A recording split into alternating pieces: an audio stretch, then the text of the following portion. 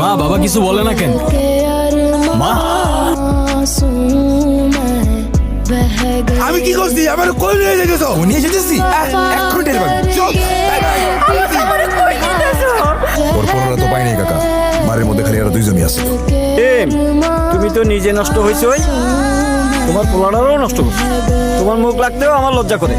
আলার পুতেরা তো জুতা মারা উচিত। কি কইতেছেন আপনারা? হইছে এটা কি? আমার তো কেউ কিছু কইলই না।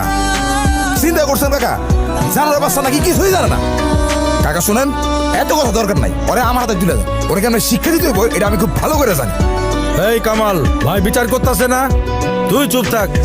ও আমার বাচ্চা মেয়েটাকে ফাসলাইয়া আমার যে ইজ্জতের হানি করছে, ওর পরিবারকে আমি গ্রাম ছাড়া না করা পর্যন্ত আমার শান্তি নাই। এই শায়েস্তা করবো